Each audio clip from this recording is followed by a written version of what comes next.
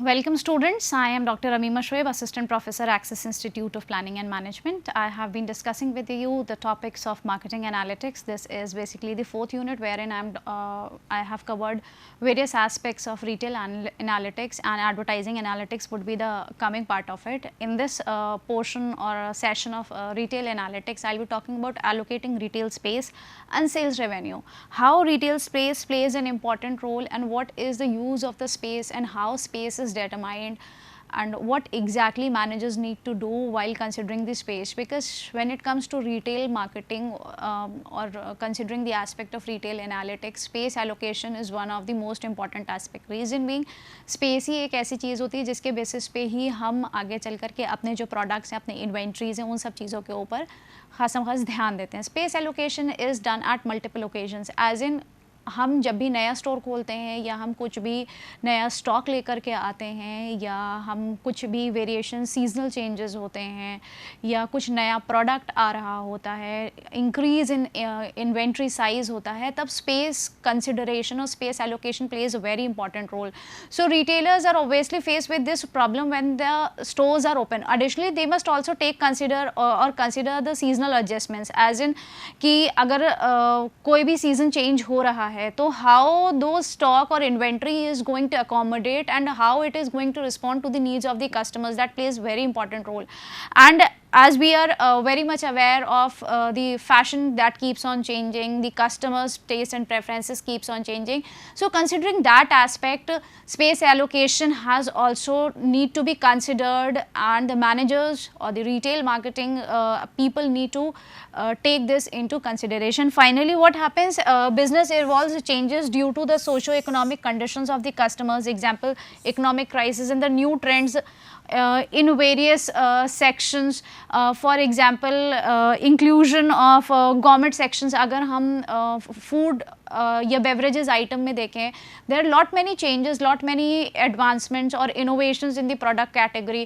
So considering those advancement and innovation or introduction of different products, space allocation has to be considered, because those products eventually have to be accommodated to that limited space that is already there.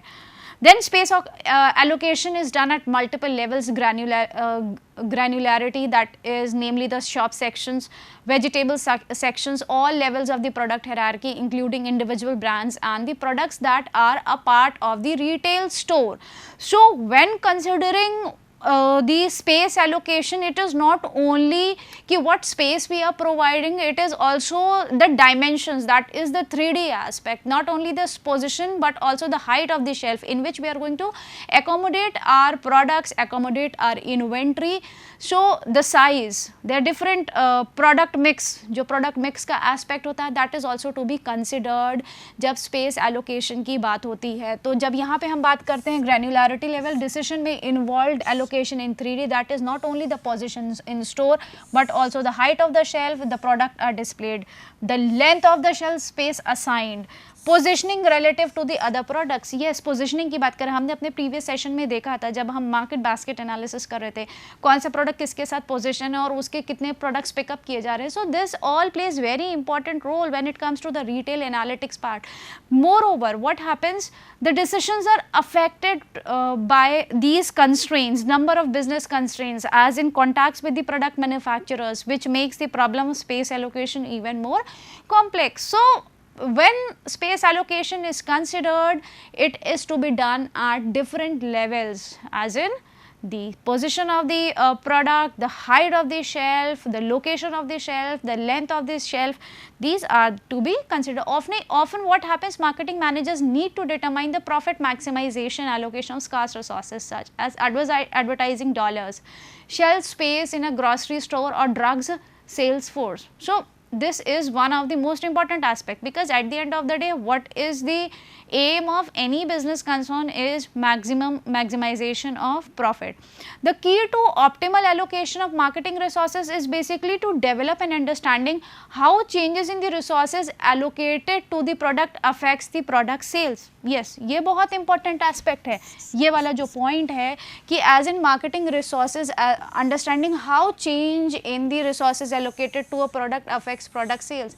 अगर कोई भी किसी product की changes आ रहे हैं, किसी product की positioning में चेंजेस आ रहे हैं, तो उसकी सेल्स कैसे अफेक्ट कर रही है। अभी एक प्रोडक्ट की एलोकेशन बहुत सामने है तो people are picking it up, so और अगर एक उसी प्रोडक्ट की जो बहुत ज़्यादा रिक्वायर्ड है, डिमांडिंग है, एंड उसकी पोजीशनिंग हम अलग कर देते हैं, उसकी लोकेशन अलग कर देते हैं, तो कहीं ना कहीं उसकी डिमांड पे डिमांड तो उतनी रहेगी, बट वो कितना कस्टमर्स के नज़रों में आ रहा है, that is going to change. To achieve this understanding, one must have the ability to model the relationship between the level of the scarce resources, that is the allocation of the space, and the achieved response. तो यहाँ पे जो हमारा scarce resource है, that is allocation, space allocation. The relationships are basically non-linear functions, हम उसको आगे देखेंगे. How identifying the sales to marketing efforts relationship. There are few examples that we need to consider, like Eli Lilly must determine, these are few examples, must determine number of sales people needed. अब हमें sales force की कितनी requirement है, it's not only कि space की बात है, अब हमें sales की फोर्स की रिक्वायरमेंट है, बंदे कितने रिक्वायर्ड है, how many calls to doctors should be made for each drug. अगर एक पर्टिकुलर ड्रग आ रहा है, if a particular product is launched, how many calls have to be made. For example, would more profit be generated by shifting calls from oncology drugs to endocrine drugs. ये एक question आता है कि अगर if we are shifting our preferences from one category of product to the other category of the product, is it going to affect our profit? This is the question, because at the end of the day what we are going to do is we are shifting our resource, we are shifting a sales force, sales के बंदे को हमने एक task से दूसरे product category पे लगा दिया। Time Warner must determine how to allocate advertising budget between its magazines. Time Warner की बात आ रही है यहाँ पे, need to determine how to allocate advertising budget, क्योंकि हमारा बजट लिमिटेड होता है। हम बहुत ज़्यादा ये नहीं कि हमारे प्रॉफिट्स अगर अच्छे हैं तो हम सारा का सारा अपना एडवर्टाइजिंग में स्पेंड कर देंगे, नहीं, we have to save our self. तो एक लिमिटेड बजट है हमारा एडवर्टाइजिंग का, and we have to ensure कि हम कैसे बिटवीन डिफरेंट अपने प्रोडक्ट कैटेगरीज डिस्ट्रीब्यूट करें। For example, should more money be spent on ads for Sports, Illustrated और पीपल, किसके ऊपर हमें ज़्यादा अपना अमाउंट स्पेंड करना चाहिए, किसके ऊपर हमारा अपना बजट का प्रेफरेंसेस या रेशियो किसका ज़्यादा होना चाहिए। Target must determine how much shelf space is allocated to each product category. अब नेक्स्ट क्या है, टारगेट मस्ट डिटरमाइन कि how much space is to be allocated to shelf category. For example, should Target increase the limited space devoted to its jewellery section. A supermarket must determine how much space to allocate for each pain reliever. For example, should extra strength Tylenol or generic pain reliever be allocated more space? अब यहाँ पे वही बात आ गई कि हमें depending on the product की priority क्या है, प्रोडक्ट की डिमांड क्या है, हमें किस हिसाब से अपने पर्टिकुलर प्रोडक्ट को स्पेस देनी है, किस प्रोडक्ट को ज़्यादा स्पेस देनी है, किस प्रोडक्ट को कम स्पेस देनी है। ये भी एक depending on the preferences of the product हमें डिटरमाइन करना है। A need to identify relationship between the amount of resources used and the desired results. So, अगर सिचुएशन है कि ये है, तीन है, एली लिली है, एवल टाइम वार्नर है, मैगजीन की बात हो गई, टारगेट की बात हो गई, तो x equals to resource level allocated and y equals to response. अब हम यहाँ पे रिलेशनशिप देखने जा रहे हैं, sales people per year pitching drug. Eli Lilly ने ये डिसाइड करना है कि हमें किस टाइप के ड्रग पे ज़्यादा बंदे लगाने हैं। एनुअल सेल्स ऑफ ड्रग, यानी कि अगर हम किसी बंदे को या सेल्स के लोगों को लगा रहे हैं तो उसके बाद सेल्स पिच करने के बाद हमारा एनुअल सेल्स क्या आ रहा है। फिर टाइम वार्नर की spent advertising and magazines, new subscriptions to magazines, target shelf space allocated to product line, product generated by profit generated by that particular line. So अगर हम इस बात की देखें that this type of relationship between marketing effort and response to that effort, यहाँ पे ये चीज़ दे रही है कि रिसोर्स हमने कितनी एलोकेट की है और हमें क्या रिस्पॉन्स मिल रहा है. इस टाइप की रिलेशनशिप को हम समझने की कोशिश करते हैं. एंड विद दिस इसमें कुछ टाइप के डिफरेंट कर्व्स आते हैं, that is the power curve, ADBU DJ curve and the Gompertz curve. ये 3 टाइप के कर्व्स होते हैं, बट हम बहुत ज़्यादा इन कर्व्स के डिस्क्रिप्शन में नहीं जाएंगे because it requires lot of mathematical and which would not be may not be very easy for you to understand. Let's just have a quick overview of what exactly these curves are. So modeling the marketing response to sales force effort, तो how we do it. अगर हम पार curve की बात करें, ADBU curve की बात करें या गॉम्पेट्स कर्व की बात करें, तो पार कर्व जैसे कि हमने अपने पिछले भी सेशंस में एकदम स्टार्टिंग में पढ़ा था, y equals to AXB, values of ax to the power b, values of a and b that best fit the par curve to data may be found with the excel trend curve. हमें ये जब हम result निकालते हैं, ये हमें automatically ये जो इक्वेशन निकल के आती है, जो वैल्यूज़ निकल के आती हैं, जब हम उन डेटास को, उन पॉइंट्स को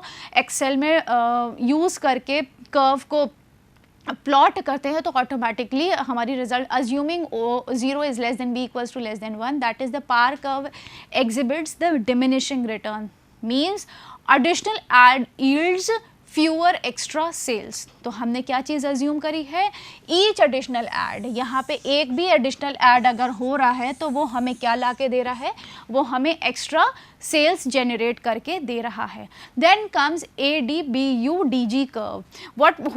this was basically founded by MIT professor John Little in his basically the concept of models and managers, the concept of decision calculus.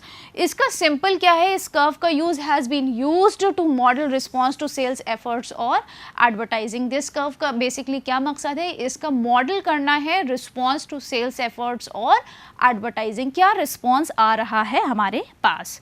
Then फिर गॉम्पर्ट्स कर्व की बात होती है, y equals to a into EXP minus C into EXP minus BX. तो simply क्या है यहाँ पे, this curve is often use to model the change in profit resulting from additional shelf space allocation. यानी कि अगर हमने कुछ एक्स्ट्रा शेल्फ स्पेस दी है, रिटेल सेक्शन की बात आ रही है, तो वो शेल्फ स्पेस हमको कैसे प्रॉफिट्स में चेंजेस ला रहे हैं, ये चीज़ हम किसके थ्रू डिटरमाइन कर सकते हैं, गॉम्पर्ट्स कर्व के थ्रू डिटरमाइन कर सकते हैं. Now let's have a quick review of fitting the power curve. That is the company for instance feels that number of units product sold in thousands in a month and number of ads placed are related. हमने ये चीज़ assume करके चली है कि हमारे number of unit sold in a month and number of ads placed are related, ये दो एस्पेक्ट है हमारे. फिर इसमें क्या करेंगे, to fit the power curve complete the following information. हमने इसको एक्सेल में भी ड्राफ्ट कर रखा है. सिंपली हमने कुछ पॉइंट्स लिए तो उसको हमने स्कैटर प्लॉट में लगाया. आई विल शो यू. जैसे फॉर इंस्टेंस ये स्पेस है, इसको जब हमने ये कुछ पॉइंट्स लिए, इसको जैसे ही हमने अपने स्कैटर प्लॉट में लगाया, डेटा में जा करके, सॉरी इंसर्ट में जाएंगे, हम स्कैटर में जाएंगे, विद ओनली मार्कर्स में जाएंगे, ये तो ऑटोमेटिकली जो हमारे रिजल्ट्स निकल के आते हैं वो ये निकल के आते हैं. And we get even the response. ये हमने ड्राफ्ट कर रखा है और अपना. फिर उसके बाद क्या होता है, हम ट्रेंड लाइंस पे क्लिक करेंगे और हमारा जो फॉर्मेट आता है ट्रेंड लाइन का वो ऐसे आ गया था, ये आप देख सकते हैं. ये जो रिजल्ट्स निकल के आ रहे हैं. उसके बाद y equals to 16,000 x.5, r equals to 1. Space हमारी इधर है, प्रॉफिट्स हमारे इधर हैं. जब हमने इसको अपने ग्राफ में डेटा पॉइंट्स पंचिंग करे तो ऑटोमेटिकली जो हमारा रिजल्ट्स निकल के आया वो ये निकल के आया और ये हमारा क्या कहते हैं, इक्वेशन निकल के आता है. उसके बाद check the power and create equation. हमें यहाँ पे जैसे कि हम पार डिमांड कर्व कर रहे हैं, जब हम ट्रेंड लाइन की बात करेंगे तो ट्रेंड लाइन में हम पार यूज़ करेंगे, automatic display equation on chart.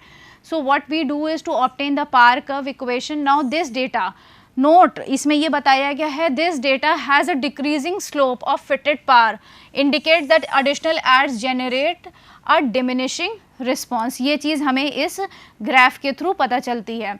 Now coming to optimising allocations of sales effort की बात आती है।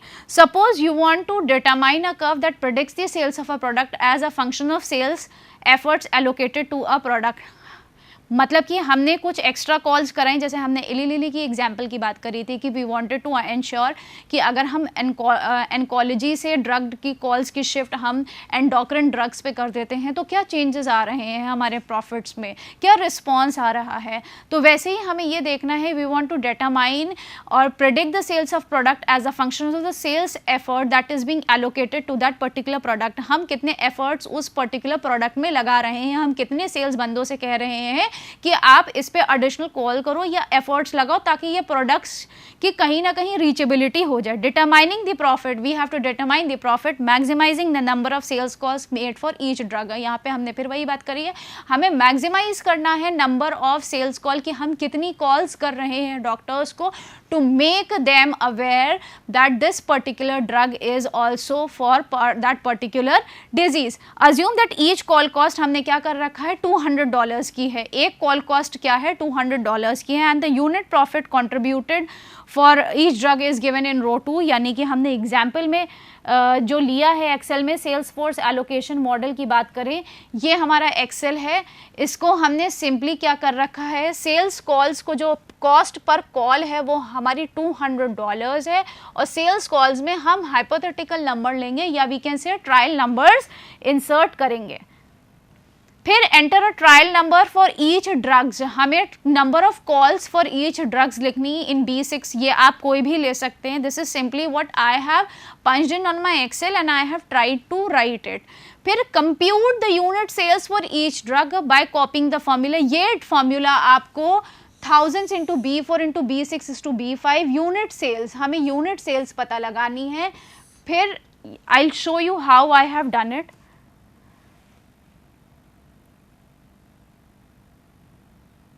यूनिट सोल्ड की बात आई है, ड्रग्स की A एंड B की जो वैल्यू निकल के आई थी हमारी, उसके बाद हमने ये अज्यूम किया था, फिर हमने B4 into B6 A and B, this is how we have tried to take out this value। Then in B10 compute the profit excluding sales calls with the formula sum product। हमें अब यहाँ पे क्या करना है, यहाँ पे हमें अपना प्रॉफिट निकालना है। अभी हमने यूनिट सेल्स निकाली है कितनी है, और अब हमें प्रॉफिट निकालना है। उसके लिए हमें क्या एक्सेल में डेटा पंच फॉर्मूला पंच करना है, सम प्रोडक्ट हमें लगाना है। जितने भी वैल्यूज़, जितने भी कैटेगरीज ऑफ ड्रग्स हम लेंगे, एक लेते हैं तो एक के लिए, 4 लेते हैं तो 4 के लिए, 6 लेते हैं तो 6 के लिए, depending on the categories of calls for each drug whatever we want to take, we will be punching it accordingly. उसके बाद हमने क्या लिया है, हमने ड्रग का प्रॉफिट निकालने की कोशिश करें। I will show you what all has been considered. जो unit profit was considered was $10, $15, $20 and $25। जब हम ड्रग का प्रॉफिट निकालते हैं तो यूनिट सोल्ड से जब हम उसको फॉर्मूला लगाते हैं सम प्रोडक्ट करके, तो this is what the value we get from the Excel. Then in B11 what we have done is we wanted to compute the annual sales call cost with the formula। अब हमें यहाँ पे क्या करना है, हमें annual sales के लिए क्या निकालना है, annual sales के लिए हमें ये formula पंच इन करना है, that is 1000 into C1। C1 में हमारी कुछ वैल्यू है, sum of B is to B E6। B11 में हमने क्या निकाला है, annual sales निकाली है। जो हमारी annual sales है, एक minute, 11, this is how we have tried to take out the annual sales for that particular category।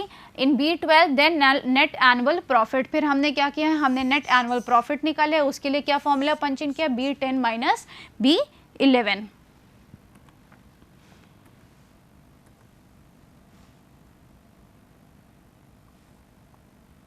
आप देख सकते हैं drug profit minus call cost, this is what we get the value when it comes to the net profit. फिर हम as simple solver window जो कि हम पिछले भी सेशंस में यूज़ करते आए हैं, इसका क्या होता है, to maximise the profit, maximise sales calls allocation, to compute the profit and maximise the sales call allocation. इसमें जो हमने ऑब्जेक्टिव में लिया है वो B12 लिया है। B12 में हमारा क्या है, B12 में हमारा नेट प्रॉफिट है। उसके बाद हम डेटा में जाते हैं।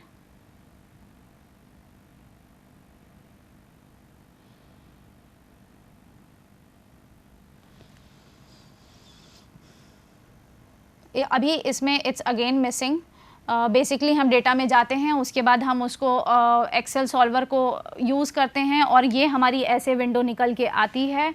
सॉल्वर पैरामीटर्स में जिसमें हम सेट ऑब्जेक्टिव्स करते हैं, चेंजिंग वेरिएबल्स में डालते हैं B6 इज़ टू E6 और कंस्ट्रेंट्स में it should be less than equals to 0.1, वो कि हम यहाँ से ऐड करते हैं, हम GRG नॉन लीनियर लेंगे और हम फिर उसके बाद इसको सॉल्व कर देंगे। This we have been using it in our various topics also, so I believe by now it would be clear to everybody. So each number of call constraint to be less than equals to 0.01 instead of 0.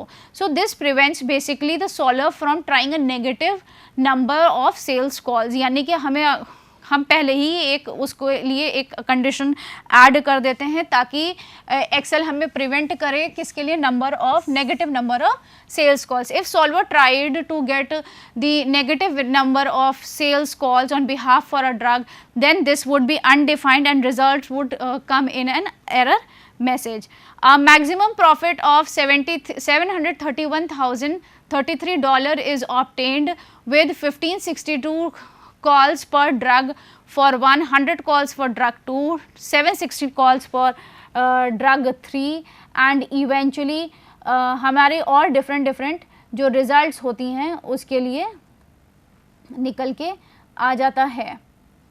ये हमने results निकाला। The solver simply allocates the calls to each drug so that the change in the marginal profit generated by changing a drug's number of calls by small point, say 0.1, equals the 0.1 calls. In short, what happens, the optimal जो solver होता है, optimal sales force allocation by invoking the economic adage to marginal revenue which is equal to marginal cost. This is how basically we try to take out, and the key to optimizing the allocation of marketing effort is the modeling the functional relationship between the amount of efforts which is being put in by the sales people and the unit sales or the sales of the product that is being done, which eventually helps in determining कि हमने जितने efforts लगाया है कि क्या उतने units हमारे cell हो रहे हैं या नहीं हो रहे हैं।